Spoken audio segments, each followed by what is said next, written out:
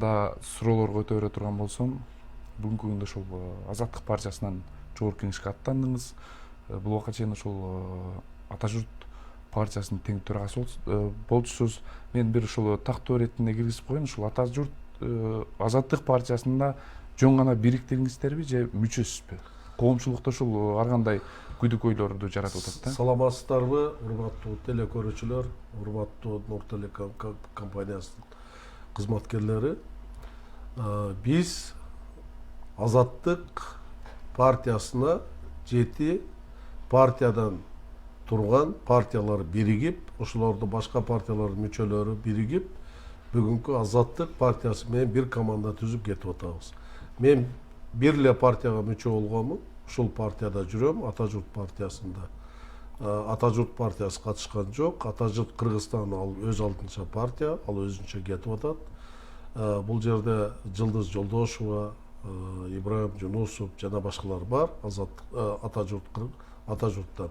Ошон үчүн бул жерде Нор партиясы жана башка 7 партиядан түзүлгөн ушундай курам шайлоого аттанганбыз. Рахмат.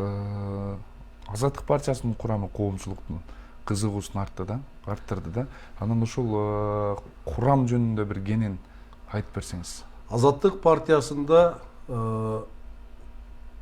Кудайым колдоп, ушул генерал Исмаил Исааковичтин, Медеткан Шеримкуловдун, Жылдыз Жолдошова, мен, бар Ибрагим Жунусов болуп олтуруп, бизге келген бүгүнкү күндөгү Азаттык партиясына кошулуп 7 партиянын мүчөлөрүнүн кетип атышы, алардын түптөлүп күчтүү болушу, ушул биринчиден ушу агаларыбыздын, эжелерибиздин саясатта жүргөн жолун, алардын кылган ишине мындай бир чоң баа берүү менен ар бири өзүнчө жаш муун болсо дагы, орто муун болсо дагы саясатта өздөрүнүн орду мындай байкалып, орду бар жигиттердин, кыздардын келип кошулушу аябай сүйүндүрөт, мени да сүйүндүрөт. Себеп дегенде булардын мамлекетчилдиги, бул жөн гана бир саясатка баруу же бир мандатка ээ болууда эмес, булар мамлекетчил адамдардын келечекте ушу Кыргыз мамлекетинин,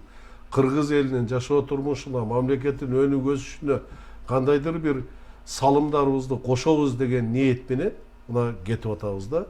Эгерде бул тизмени мен кыскача токтолуп кетсем, биринчи сапта турган Азаттык партиясынын лидери Исааков Исмаил Исааковичти алсак. Исааков Исмаил Исаакович бул саясатта өзүнүн тарыхый жолу бар. Бышкан, андан тышкары Исмаил Исааковичтин куугунтукта жеп көрдү. Адилетсиздикти да баштан өткөздү. Биздин мамлекеттин түптөлүшүндөгү армиянын калыптанышы, ошол армиянын бардык бүгүнкү жетишип аткан ийгиликтери болобу, жана башкасынын бардыгын негизин түзгөн адам катары бааланат.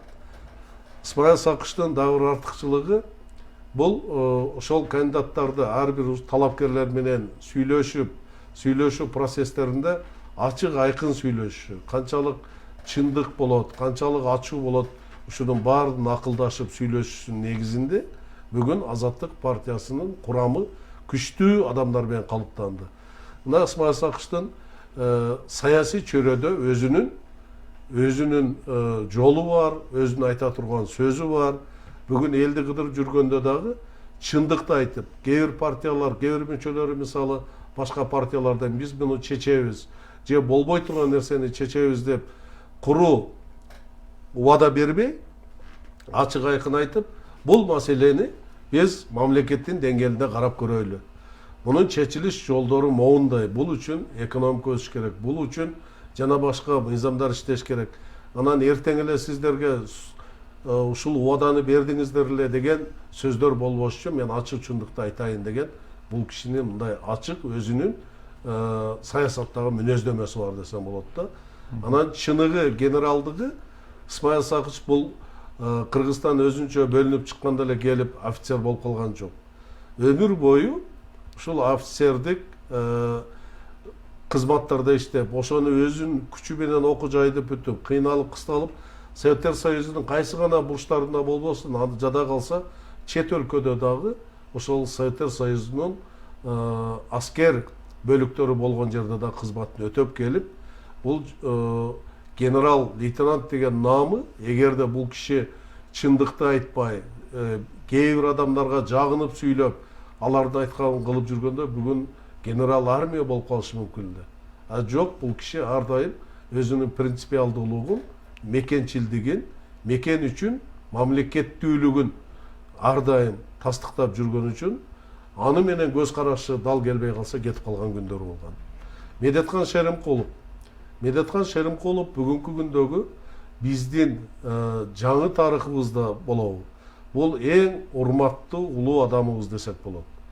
Себеп дегенде Медеткан Шеримкулов ушул кыргыз мамлекетинин өз алдынча болушундагы тарыхый кагаздарга кол коюшу, ошол чечимдерди кабыл алышы, ошол мезгилдеги ушунчалык татаал мамлекет жаңыдан түзүлүп, татаал мезгилдерде ошол чечкиндүүлүк, ошол 300 канча депутатты башкарып кетиш, бул үчүн мен ойлойм ушул кишинин акылмандыгы, ушул кишинин мамлекетчилдигинин негизинде биз көп мамлекеттерге айырмаланып, өзүбүздүн жолубузду түзүп кете алдык.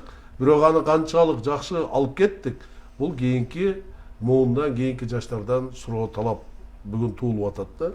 Ошон үчүн Медеткан Шеримкуловдун бүгүнкү күндөгү парламентке бара турганы, бул парламент үчүн гана эмес, парламентке бара турган жаштар үчүн, бизге окшогон орто муундар үчүн баардыгыбыз үчүн сабак ала турган нерсе.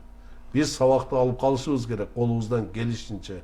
Аксакал адамдардан, ошо мамлекетти кураган адамдардан, мисалы Турдакын Усмалиевич менен Абсамат Масалевич агаларыбыз мамлекетти башкарган адамдар депутат болуп турганда, алардын сүйлөгөн сөзү, алардын ошол мезгилде кандайдыр бир кыйын маселелерге такалып калган жерде жолду таап бергени. Бүгүн ошондой адамыбыз биздин Медеткан Шеримкулов чагабыз да. Биздин көч башыбызда кетип атканы бул кыргыз мамлекети үчүн, кыргыз парламенти үчүн Кудайым буйруп, Алла Таалам колдоп, элибиз колдоп, депутаттыкка барып калса, бул өтө чоң эле пайда жана өтө чоң Кыргызстан үчүн жеңиш болот деп эсептейм. Андан кийинки Ибраим Жунусовдун эки мамлекеттин чоң мамлекеттерде посол болуп иштеп келиши, вице-премьер болуп иштеши, министр болуп иштеши, бул кишинин тажрыйбасын бүгүн колдон келишинче алып калышыбыз керек. Бул кишиге дагы Ибраим Жунусовго ар кандай сунуштар түштү, кызмат сунушу сунушталды. Ушул өзүнүн ордунда же башка мамлекетке барып ушул посол болуп иштей бергенге сунуштар түштү. Бирок Турция мамлекетинде акыркы иштеген мамлекетте 3 жылдан ашык, Өзбекстан мамлекетинде иштеп келгенден кийин ошол экономиканын өнүгүшү, жалпы мамлекеттин мыйзамдардын иштешин өз көзү менен көрүп келгенден кийин бул киши дагы чечим кабыл алып, мен эли журтума бүгүн күнү күчтүү күнүмдө күчүм толуп турганда бир пайдам келтирип иштейин деген чечими, бул эл сыйлай турган чечим. Мен ошон үчүн ойлойм, мына азыр ар бирине кичинеден мен токтолуп кетким келет, себеп дегенде көпчүлүгүнө маалымат жетпей калып атат. Жылдыз Жолдошева бул аялдардан чыккан күчтүү саясаттагы легенда болуп калды уже. Жылдыз Жолдошеванын өзүнүн характери бар. Жылдыз Жолдошеванын өзүнүн принципиалдуулугу бар. Жылдыз Жолдошеванын өзүнүн партиялаштарын, өзүнүн саясатта чогуу жүргөндөрүн сатпаган, алар үчүн аягына чейин күрөшкөн.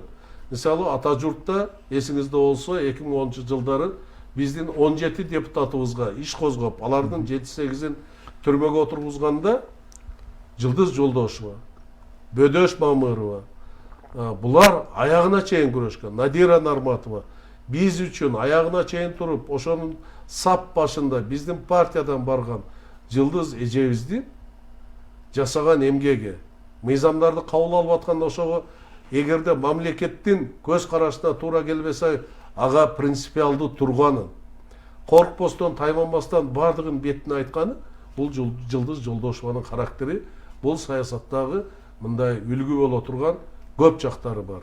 Ошон үчүн 4-чү санда биздин партияда ошо Жылдыз Жолдошева Айтыбаевадан баратканы, бул да Азаттык партиясынын, мындай карап көрсөңүздөр, курамындагы ушундай принципиалдуу ар бири ар тармактан өзүнүн принцибин сактап келгендер бар да. Андан кийинкибиз 5-нчи болуп Бекназаров Руслан. Бекназаров Руслан бул атасынын баягы тарбиялап койгон же атасынын Азимбек Бекназаров ээрчитип жүрүп саясатка алып барган жигиттерден эмес. Руслан Бекназаров, Азимбек Бекназаров агабыздын айынан куугунтукту дагы көрдү, жаш болсо да. Бирок мен ушул партияга киргенден кийин өмүр баяны эл менен кыдырып жүргөндө Руслан Бекназаровдун бардык тармактарда иштеп, натыйжалуу иштегенине мындай өзүм угуп алып, өзүм мындай ыраазы болуп отурам да. Андан тышкары Руслан Бекназаровдун ушу айыл өкмөткө барып, өзүнүн айылына барып, элдин шайлоосуна ээ болуп, айыл өкмөт болуп иштеп, биз айыл өкмөтүнө барып эл менен жолугушканда ушу элдин сүймөнчүгү, ушу элге кылган эмгегин эл балаган көрүп аябай сүйүндүм да. Бул жигит өзүнүн принципиалдыгы, өзүнүн тазалыгы, анан кийин мындай көздөгөнүн бербеген. Эң негизгиси жаш болсо дагы бул мамлекетчил жигит экенине мен сыймыктануу менен биздин составда кетип отурганы. 6-нчы болуп биздин курамыбызда кетип аткан жигитибиз бул Азирет Аттокуров деп. Бул жигит да өзүнө сүзгөн, мунун ата-энеси жөнөкөй гана адамдар. Атасы өмүр бою экономист болуп иштеп жүрөт. Чоң кызматтарда деле иштеген эмес. Бул өзүн өзү түктөп жүргөн бала. Бир-эки партиядан ошол талим, тарбия алып көрдү. Тарбия алып көрүп, бүгүнкү күндөгү ушул Алайкоо, бир гана Алайкоо эмес, Каракулжа, Бишкекте, Ошто мунун тарапташтары, бул жигиттин тарапташтары колдогондорун көрүп, аябай кубанычтамын. Бул жигит да принципиалдуу. Эгерде бул жигит мен кызмат үчүн башка болом дей турган болсо, буга көп кызматтарды буга чейин эле сунушталганын билем. Өткөн жылкы шайлоодо дагы эптеп ушу шайлоого барбаса экен кызмат беребиз деген күндөрдө бул принципиально отказ берген, талыкпай эмгек кылып келаткан, өсө турган, элге пайдасы тийген жигит экенине мен ушунчалык кубанам. Андан кийинки Бактыбек Калматов. Бактыбек Калматовду билсеңиздер керек, бул депутат, жаш кезинен депутат, курч сүйлөгөн. Азыркы күндө да принципиалдуу өзүнүн көз карашын айтып, бул Бактыбек Калматовдун ачуу чындыкты элге жеткизе билгени, кээбиркилери муну критика катары колдонуп атышат да. Бирок ушул Бактыбек Калматовдун айткан сунуштарын, ошол эле экономикалык тармак болобу, чек ара тармагы болобу, жана башка сунуштарын мындай жакшы анализ кылып угуп көрсөңүздөр, ошол жерде мамлекетке пайда келтире турган көп акыл сөздөрүн алып, ошону ишке ашырса болот да. Ишке ашырса да бул жигит баягы тоонун жигити болгондон кийин кээде мындай ачык тайманбай сүйлөгөндөрү бул жакшы нерсе. Биз деле мына мисалы ошол Камчыбек Ташиев, Садыр Жапаровдор деле мен деле 2005-жылы баягы элдин шайлоосунан өтүп, сыноосунан өтүп келгенде биз куду ушундай курс сүйлөчүбүз. Ошол курс сүйлөп, курч акыл сөздөрүбүздү тайманбай сүйлөгөндөн үчөөбүздүн 2005-жылдары жана башка депутаттарда болгон жылдызыбыз жанган, жаш саясатчы катары. Мында жаш саясатчылардын азыр ушул биз менен кичүү муун болуп, орто муундан, улуу муундан сабак алып кетип атышы, булардын келечекте калыптанып, мамлекет үчүн иштей турган жагына биз жол көрсөтүшүбүз керек. Жакшы жактарын, кээ бир кетирген кемчилдиктерин эгерде айтып, буларды биз колдосок, булар келечекте кыргыз эли үчүн, мамлекет үчүн иштей турган азаматтар деп эсептейм. Эми биздин курамыбызды карап көрсөңүздөр, биздин курамда Кудайым ушундай кылып кошуп койду. Биздин ошол Азаттык партиянын лидери Исмаил Исакович, Медеткан Шеримкуловичтар ушундай жигиттерден топтоп бир өзүнчө, биз аягында съезд өткөндөн кийин билдик, ар бири бул өзүнчө личность экенин көрүп атабыз да. Да мен ойлогом, мен деле саясатчымын, башыман көп өттү деп, бирок ушул өсүп келаткан жаштарды, инилерибизди, карындаштарыбызды, кээ бир менен улуураак агаларыбызды эми мындай жаңыдан саясатты карап көрүп, биздин командабызда ар тараптан күчтүү чыккан кыйындар көп экенине мен ушундай ынанып, кээде булардын алдына өтүп, сүйлөрдөн дагы буларды уккан күндөрүбүз болуп атат да. Ошол эле биздин арабызда Бөдөш Мамырованын бүгүнкү күндө кетип атканы, Роза Акназарова аялдардан, Эльмира Ибраимова, бул Султан Ибраимовичтин кызы болот. Өзүңүздөр билесиздер, принципиалдуу. Андан тышкары Намазалиев Алтынбек, мынакей Намазалиев Алтынбек, бул жаш болсо дагы, эми 40-ка келип атат, жаш болсо дагы областты башкарган, прокуратурада иштеген, губернатор болгон Улам Махмудов, Кылычбек деген жигитибиз, ал Нарын областынан чыккан. Бул дагы өзүн өзү жараткан балдар. Улам Махмудов жигитибиз, ал юридика илимдеринин доктору, жаш эле туруп, полковник, финполицияда, СМБда иштеген. Жараткандардан биз алып көрсөк, мына Бакыт деген жигитибиз Ысык көлдөн, Тоңдон болот. Ал өзүн өзү жаратман, ишкерлик менен алектенген. Ишкерлик менен алектенген жигит. Бул дагы бүгүнкү күндө баягы мамлекетке салык төлөө, мамлекет менен бизнестин карым катнашы кандай болуш керек, кайсы учурда бизнес өнүгөт, ушул жөнүндө баарын билген жигиттердин курамынын бизге киргени, бул ушул партиянын бүгүнкү күндө элге сиңип, эл ушуну жактырып атканда биз сүйүнүчтөбүз. Рахмат, бизге кайрылуулар аябагандай көп келип жатат. Мен сизге ошол четинен Эми кээ бир кишине токтой албай калсам, мен кечирим сурайм. Баарын айтып отурсак, ар биринин өзүнүн мындай басып өткөн, жаш болсо дагы саясатта басып өткөн жолу, тарыхы менен айырмаланган жигиттер кетип атат да. Мына Мыктыбек Арсланбекти мен буга чейин мындай экөөбүз саламдашып жүргөн мындай тең туш болсок, бүгүнкү күндө бул кишини мен саясатта ошол ыйман менен мамлекетти башкарууну, ыйман менен экономиканы түздөн, ушулардын баардыгын мен өзүм сабак алып атам. Мыктыбек Арсланбектин ошол ыйман аркылуу элдин жүрөгүнө ар бир маселени жеткизе билгендиги мен өзүм кунт коюп угуп атам. Мен ушунчалык Мыктыбек Арсланбекти уккан сайын уккум келет да. Бул дагы биздин жетишкендик себеп дегенде, мен ойлойм, эртең парламентке барганда биздин элибизде кичине ыйман кетти деп атпайлы. Ыйман менен баарын башкарса болот экен. Ыйман менен элдин ичине кирип, экономиканы өнүктүрсө болот экен, жана башка. Бул жолдагы аябай сонун экен да. Болот Дыйканбаев мисалы, Болот Дыйканбаев бул аким, жаш болуп аким болуп иштеди, зам аким болуп иштеди. Өзүн өзү, тушоосун өзү кескен жигит. Кыргыздын салтын, калпакты кандай кийиш керек? Биринчи көчмөндөр оюнун Өзгөн шаарында, Кыргызстанда уюштурган ушул жигит. Мунун патриоттулугу, мунун ушул кыргыздын үрп адатын, каада салтын мамлекеттик башкарууга колдоону. Баткен Шернияз бул Шерниязовдардын ичиндеги эң бардык аратыр. Себеби атанын балдары. Бул жигит дагы өзүн өзү тушоосун кесип жүрбөйбү? Мигрант болуп Москвада жүрдү. Москвада мигрант болуп ошол вокзалда түнөп калган күндөрүн айтып берсе таң каласың. Ушундай команданын түзүлүп бүгүн иштеп атканы мени аябай кубандырат.